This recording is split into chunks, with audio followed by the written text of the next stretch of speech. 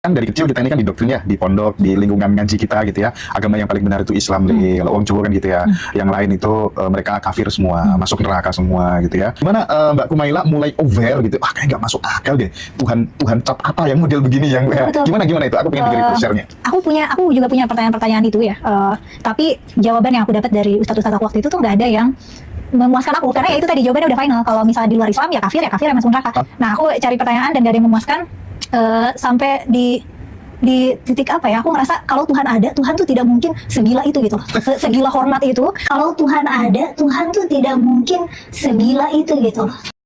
Assalamualaikum warahmatullahi wabarakatuh. Masih kembali di channel terbaru saya. Terima kasih kepada teman-teman masih setia menonton, mendukung, menyaksikan konten dari channel ini.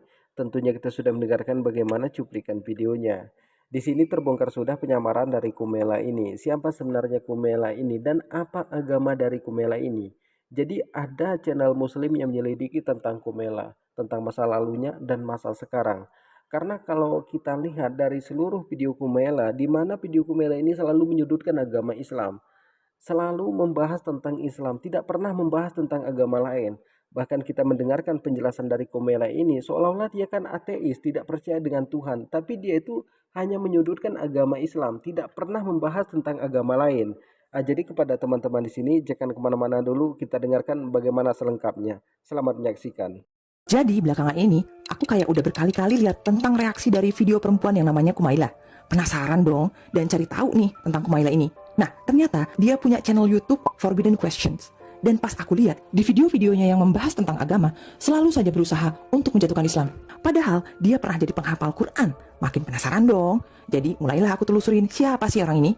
Dan inilah hasil penelusuranku. Jadi, Kumaila ini berasal dari Sukabumi, Jawa Barat. Lahir Februari 1992, berasal dari keluarga muslim yang taat, jadi dia sempat mondok bertahun-tahun di pesantren. Nyampe sempat malah dapat bukti lulus menghafal Quran. Nah, di sisi lain, ini perempuan ada sejarah gelapnya nih. Dia bermasalah dengan dirinya sendiri. Dia ngerasa insecure sama fisiknya selama bertahun-tahun. Sampai bikin dia ngerasa rendah diri dan gak berharga. Dan ini menggiring dia sampai depresi. Nah, setelah didiagnosa, ternyata dia ngalamin depresi mayor dan kecemasan berlebih. Dan semua ini menyebabkan ini cewek berkali-kali berusaha melakukan perencanaan percobaan bundir. Ya, bundir cuy. Saking besar keinginan bundirnya, dia sampai suka bikin list-list tentang cara-cara bundir yang terefektif dan dipresentasein tingkat keberhasilannya. Serem bener ya. Nah, terus di fase hidupnya yang bermasalah ini dengan kepercayaan dirinya, dia berusaha untuk bisa memperbaiki diri dan kelihatan lebih cantik. Salah satunya adalah dengan cara buka kerudung tahun 2019. Oke, balik lagi ke masalah kejiwaannya nih. Akibat depresi mayor dan kecemasan berlebih ini, akhirnya dia harus makan obat-obatan antidepresi dan terapi. Karena depresinya ini ternyata udah berlangsung bertahun-tahun. Sampai akhirnya baru tahun 2020, dia menyatakan sembuh, udah gak makan obat-obatan dan juga udah berhenti terapi. Terus di tahun 2023 ayahnya meninggal, dan di tahun yang sama dia mulai posting video pertamanya di YouTube. Oke, sekarang kita ngomongin channel YouTube-nya. Channelnya ini bisa dibilang dari awal emang temanya tuh konsisten banget. Di tiap-tiap videonya yang membahas tentang agama, pasti yang dia bahas selalu agama Islam. Dan dia selalu berusaha menjatuhkan dan merusak ajaran agama Islam dengan alasan-alasan yang absurd dan tidak berdasar. Kalau kalian perhatiin, belum pernah dalam video-videonya yang bahas tentang agama, dia ngebahas tentang agama lain. Atau berusaha untuk menjatuhkan agama lain. Contohnya umpamanya ngomongin Kristen kayak Hindu, Buddha. Nah, ini kan jadi bikin aku curiga dong. Pertanyaan pertama di otak aku muncul. Apa tujuan dia bikin channel ini sebenarnya? Apa emang dia nggak setuju dengan semua agama atau cuma Islam? Dan kayaknya kalau dia nggak setuju sama semua agama yang ada di Indonesia, dia akan serang agama lain juga dong, bukan cuma Islam. Tapi karena dia cuma berusaha nyerang Islam, berarti emang ini channel dibikin bertujuan buat menjatuhin Islam. Kepo lagi dong. Nah, mulailah aku telusurin dari video-video awal yang ada di channelnya. Jadi, kalau aku perhatiin, untuk seseorang yang baru bikin channel, video-video awal dari pertama aja udah dikerjain dengan cukup profesional. Dari mulai background, lighting, audio, kamera, pengeditannya. Dan ini menurut aku membutuhkan tim. Jadi aku mulai mikir nih. Nah, pertanyaan kedua. Apakah ini cewek emang bikin channel pure dari dia sendiri? Atau emang ada yang modalin? Jadi sengaja nih cewek cuma jadi buzzer doang gitu. Ini pasti dia gak sendirian. Pasti ada tim di belakangnya. Dan tim itu pasti perlu biaya dong. Jadi pasti ada yang biayain. Dan ngurusin timnya itu semua. Untuk lebih meyakinkan diri apakah channel ini emang ada yang mengkoordinasi atau enggak. Nah, aku mulai ngejelajahin channel ini lebih dalam lagi. Aku mulai kasih komen di salah satu videonya. Tentang ayat perang di Islam. Dan baru aja komen di posting, udah hilang dong. Padahal aku posting di atas jam 12 malam. Terus aku coba lagi kan, besoknya posting dengan komen yang sama. Kali ini aku rekam postingannya. Nah, ini nih postingannya. Satu hari aku cek, masih aman, masih ada. Dan di hari kedua ternyata, tada, udah hilang dong. Coba deh, kalian posting komen yang membela Islam di salah satu videonya. Apakah komentar kalian bakalan di-delete kayak aku juga, atau cuma aku doang yang di-delete? Pantes, yang aku lihat di kolom komentarnya, semua komentar selalu mendukung dia untuk menjatuhkan Islam. Ternyata, kalau ada yang mendukung Islam, di-delete toh. Nah, kalau kita menjelajahi channelnya, kita bakal ditawarin untuk berlangganan. Dan di situ, pic fotonya bukan pic fotonya si Kumaila, tapi pic foto koko-koko gitu. Makin yakin ya aku, berarti dia punya tim admin yang ngurusin channelnya. Makin fix, 1008,84% kalau dia emang dibayar untuk jadi buzzer yang berusaha menjatuhkan Islam. Kalau channel ini berusaha untuk menjatuhin Islam, berarti tujuan akhirnya adalah supaya banyak penganut Islam yang keluar dong. Terus, kayak yang tadi sempat aku bilang, kalau tujuannya biar orang ateis, pasti dia akan coba untuk menjatuhkan semua agama. Tapi karena cuma Islam, berarti ada misi supaya agama lain jadi banyak pengikutnya dong. Coba lagi dong, aku cari tahu nih, ada nggak agama lain yang kira-kira pernah dia bela atau dia promosiin gitu. Dan ternyata aku nemuin video ini. Kenapa Islam dan Kristen ini suka tegang? Ya karena konflik-konflik itu kan mewariskan prasangka dan dendam ya. Dan selama bergenerasi-generasi, misalnya kayak penutupan gereja atau pembakaran gereja gitu, atau kebebasan beribadah tuh tidak sebebas itu gitu ya. Ada kelompok yang suka ngerasa ada agama lain yang nggak boleh bebas beribadah gitu. Dan ini tuh jadi semacam petunjuk buat aku. Kalau sebenarnya misi agama yang dia bawa itu Kristen.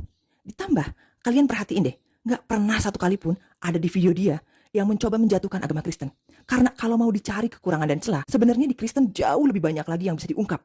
Dan tiba-tiba aku jadi ingat tentang video yang pernah aku bikin yang judulnya Kenapa Populasi Muslim Berkurang dalam 10 tahun terakhir. Di sana aku jelasin dengan berbagai bukti tentang misi kristenisasi. Mulai dari dengan bantuan kemanusiaan, sampai dengan menyebarkan isu dan fitnah. Dan kayaknya nggak mustahil kalau ini juga jadi proyek misi kristenisasi. Selain itu, di Indonesia, agama yang mencari pengikut alias punya misi syiar cuma Islam dan Kristen. Oke, sekarang aku mulai yakin kalau dia adalah buzzer untuk misi kristenisasi.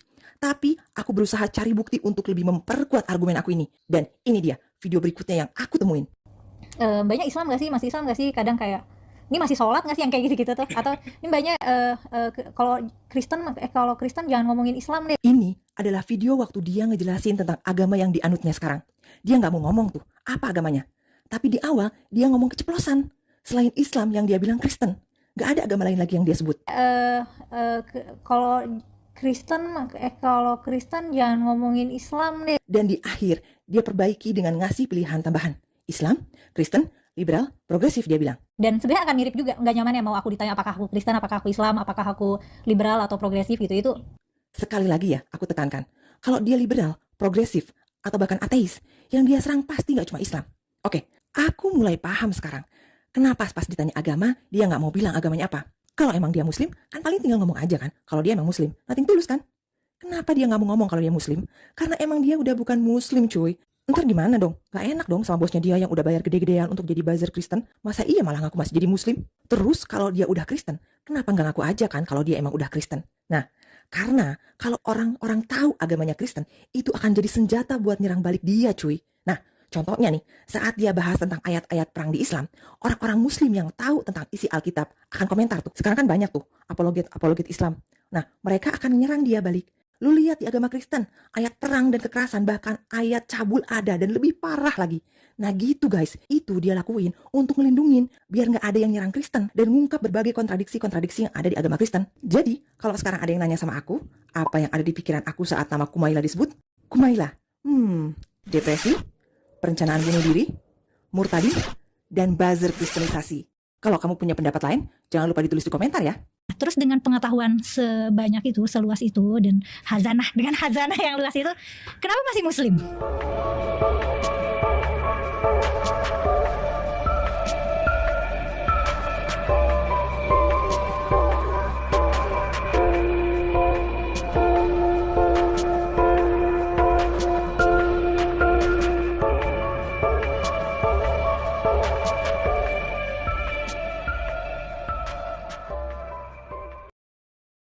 Kita sudah mendengarkan siapa sebenarnya Kumaila ini, tapi ada salah satu hilang dari Google tentang Kumaila ini. Karena pertama saya lihat tidak sama seperti apa yang di sekarang ini tentang data-data Kumaila ini, di mana status Kumaila itu di awal di situ janda, sudah pernah nikah dan sekarang tidak bersuami alias janda.